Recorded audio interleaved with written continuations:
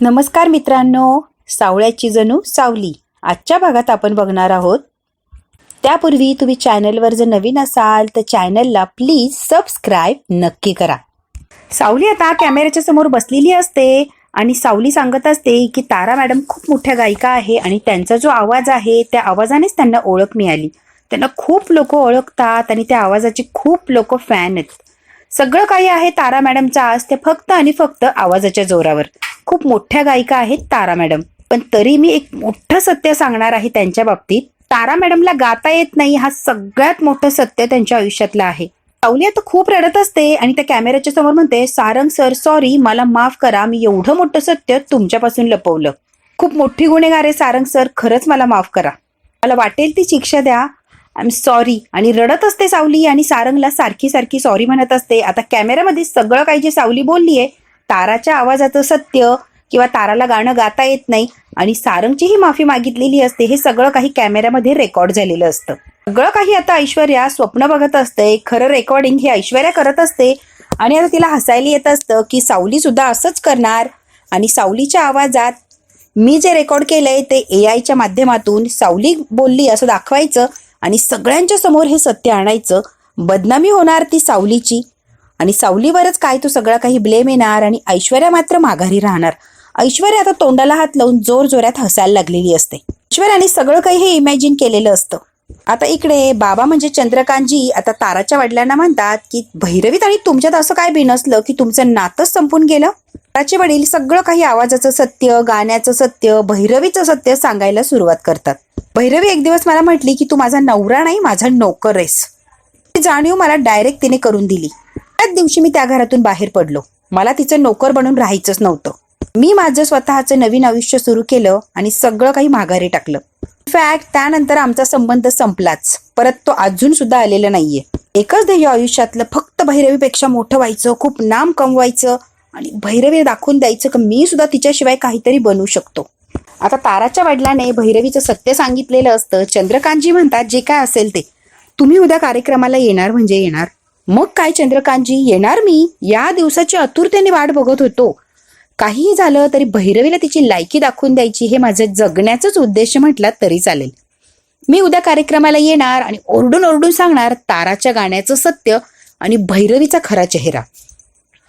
यांची आता चर्चा चाललेली असते. तेवढ्यात काय जगन्नाथजीला सारखा भैरवीचा फोन येत असतो. जगन्नाथजी म्हणतात आता ही भैरवी मला कशाला फोन करतीये, म्हणून जरा जगन्नाथजी म्हणतात की तुम्ही तुमचं कंटिन्यू करा, मी आलोच, जरा एवढा फोन घेतो. जगन्नाथजी जरा साईडला येतात आणि भैरवीला म्हणतात, बोला भैरवीजी, माझी कशी आठवण काढली. जगन्नाथजी, तुम्ही कसं जमवलं. ताराच्या प्रोड्युसरकडे मी सुद्धा गेली होती. एक नंबरचा उद्धट माणूस या, तो डेट अजिबात चेंज करायला तयार नव्हता. फार रिक्वेस्ट केली पण एक नंबरचा उद्धट आणि घाणेरडा माणूस हा कसला माझ्याशी बोलला आणि मला हकलून दिलं. जगन्नाथजी म्हणतात, जशाच तसे शब्द ऐकलाय का भैरवीजी, एक्झॅक्टली तसं. समोरच्या व्यक्तीसोबत चांगलं वागलं की आपल्यालाही चांगलीच वागणूक मिळते आणि आपण समोरच्या समोर कसं वागणार तशी समोरून वागणूक मिळते. तुमच्या बाबतीत कदाचित तसं झालं असेल. मी तसं नाही ना, मी फार वेगळा माणूस आहे. माझ्या पद्धतीने बरोबर मी केस हँडल करतो. त्याला दुसऱ्याचा मान ठेवता येत नाही, त्याचा मान कसं ठेवणार बरं कोणी. भैरवी म्हणते, जगन्नाथजी, मी तुमच्यासाठी भांडणाला फोन केलेलाच नाहीये. अगदी सहज विचारायला फोन केलाय आणि थँक्यू म्हणण्यासाठी फोन केलाय. मला जे जमलं नाही ते तुम्ही कसं जमवलं याचं आश्चर्य वाटलं. आभार मानायचे म्हणून फोन लावलाय. अहो मग आधी आभार माना की, एवढा काय फापट पसारा लावलाय भैरवीजी. आणि हे नसते चौकशा कशाला करत बसला. सोडून बाकीचं काही करायची तुमची सवय जाणार नाही. त्या गोष्टीत मात्र एक्सपर्ट आहात. मुद्द्यावर येते जगन्नाथजी. जगन्नाथजी, तुमचे मनापासून आभार मानते. ही भैरवी वजे खूप मोठ्या संकटातून तुम्ही मला बाहेर काढलंय. मी माझ्या मनावरचं खूप मोठं ओझं उतरवलंय. जगन्नाथजी, पण एक गोष्ट मला खटकतीये. ज्या माणसाने प्रत्येक कार्यक्रम उधळून लावण्याचा प्रयत्न केला, सतत माझ्या मागे लागला, सतत काहीतरी मला त्रास देण्याचा प्रयत्न केला, अचानक त्याने सगळं काही जुळवून कसं आणलं, म्हणजे जरा आश्चर्य वाटतंय बरं. भैरवी जे बोलली त्यावर जगन्नाथजी हसायला लागलेले असतात. काय ना भैरवीजी, जी माणसं सद्बुद्धी चांगली असते, त्यांची चांगला विचार करतात, चांगल्या मार्गावर चालतात, लोकांचं भलं करतात, देवाने सुद्धा मला अशी बुद्धी दिली की चांगल्यांसोबत चांगलंच वागायचं आणि अशाच लोकांना मदत करायची. कदाचित म्हणून मदत झाली असेल माझ्याकडून. त्याआधी भैरवीजी तुम्ही कुठे नाही. चांगुलपणाच्या आत्ता जेवढं मी काय बोललो त्यात तुम्ही कुठेच नाही. हो का जगन्नाथजी. हो भैरवीजी. म्हणूनच विचारतेय जगन्नाथजी, तुम्ही असं का केलं? तुम्ही हे सगळं का करताय जगन्नाथजी? भैरवीजी, फक्त आणि फक्त माझ्या लेकीसाठी. माझ्या लेकीने माझ्याकडे शब्द टाकला आणि तिचा शब्द मी पूर्ण करून दाखवला. तुमच्यासाठी मी मदत केलेलीच नाहीये, फक्त आणि फक्त माझ्या लेकीसाठी मदत केलीये. माझ्या लेकीला मी गाणं गाताना बघितलंय ना भैरवी वजे. गाणं गाताना आनंद मिळतो, समाधान मिळतो, शांतपणा वाटतो आणि तिच्या आनंदासाठी हा तिचा बाप काहीही करू शकतोय. कळलं का भैरवी वजे? माझी लेक तुमच्या खोटेपणामध्ये तिचा आनंद शोधतीये ना, त्यामुळे तिला मदत करायला लागती. तुमचं काही असे ना, कसंही असे ना, मला काय देणं घेणं आहे, पण असू दे, या सगळ्या गोष्टी तुम्हाला फायदा होतोय ना, बस तेवढ्याशीच मला काय देणं घेणं आहे, बाकी मला काही घेणं नाहीये. त्यामुळे जगन्नाथजी, तुम्ही जी काही मदत केली आहे, चांगुलपणा दाखवला, त्याबद्दल मनापासून आभार.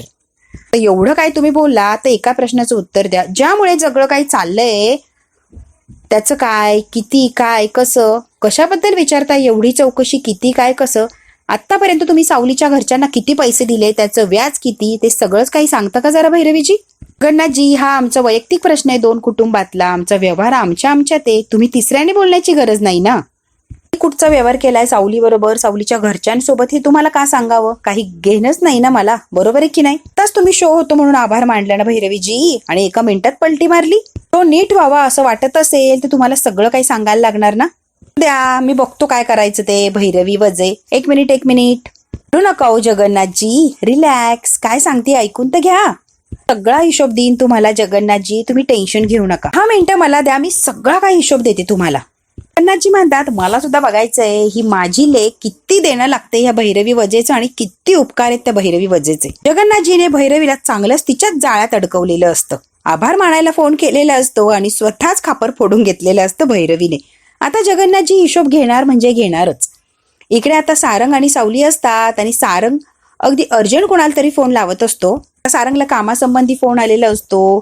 जे काही त्यांच्या गावातला प्रश्न आहे ते रॉ मटेरियल वगैरे घेत असतात तिथून. ते सगळे सरपंच एक येणार, मग काय ते प्रॉब्लेम सॉल्व्ह करणार. त्यासाठी जर मी त्या मीटिंगला असलो तर जरा बरं असेल, असं सरपंचांचं म्हणणं होतं. ते गावात जाऊन प्रत्येक सरपंचाला भेटण्यापेक्षा सगळे सरपंच एकाच गावात येत आहे, मग तिथेच आमची एकत्र मीटिंग होणार. त्यासाठी अर्जंट बोलवलंय ग सावली, आणि मला तर जायलाच लागणार. आणि मग तुम्ही कसं जाऊ सावली? मी कार्यक्रम आहे ना उद्या, मग मी कसं जाणार? ती म्हणते, माझा नाही, तारा मॅडमचा कार्यक्रम आहे, तर त्यांच्या सोबत असते हो. तुम्ही हे तारा मॅडमला सांगायला हवंय, मला नाही. मी बोलतो ग तिच्याशी, अर्जंट कामे म्हटल्यावर तीही समजून घेईल की.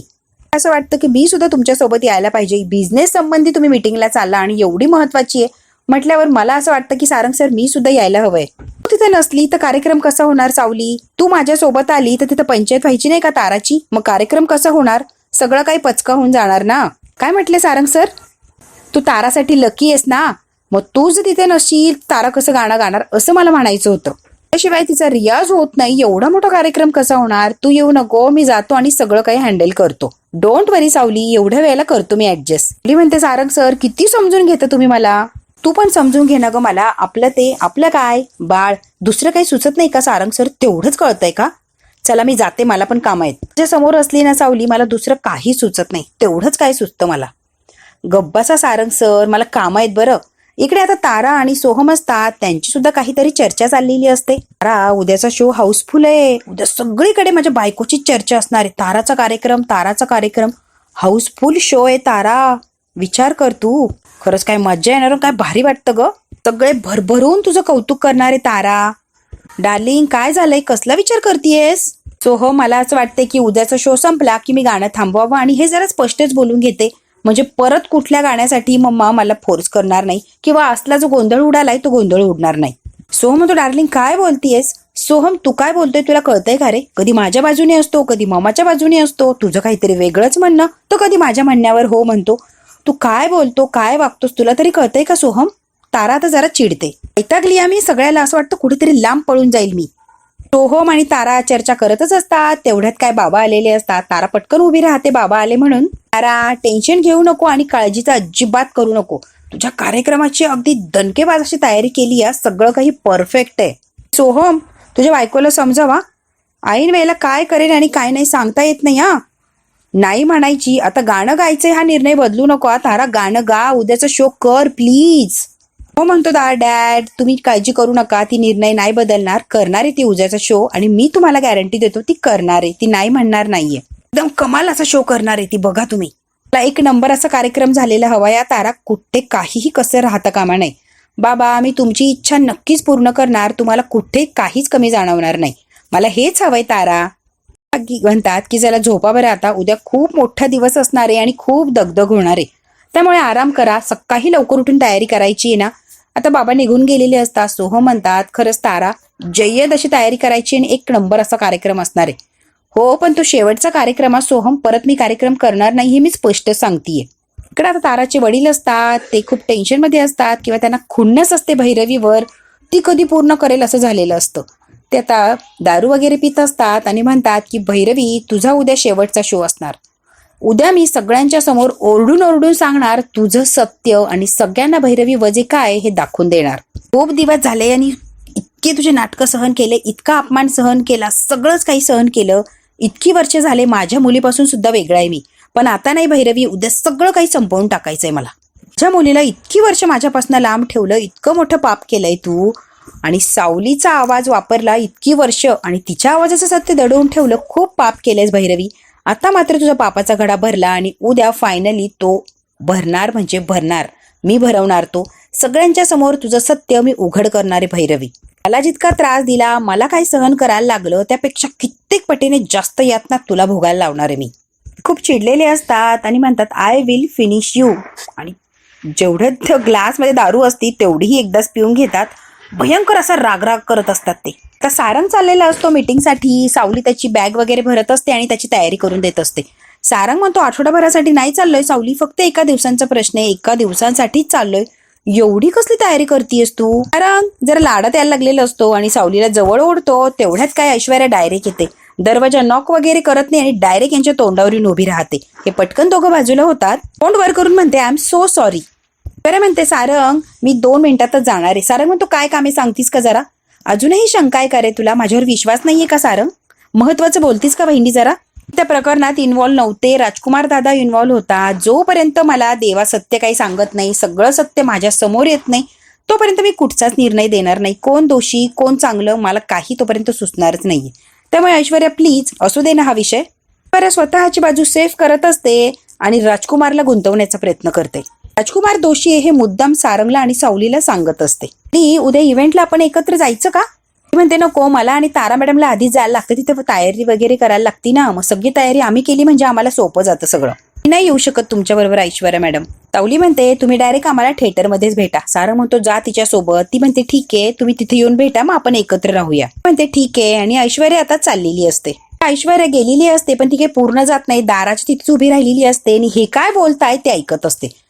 सारंग म्हणतो सावलीला उद्याचा दिवस तुझ्यासाठी खूप महत्वाचा आहे, म्हणून तुझ्यासाठी मी सरप्राईज असं प्लॅन केलंय.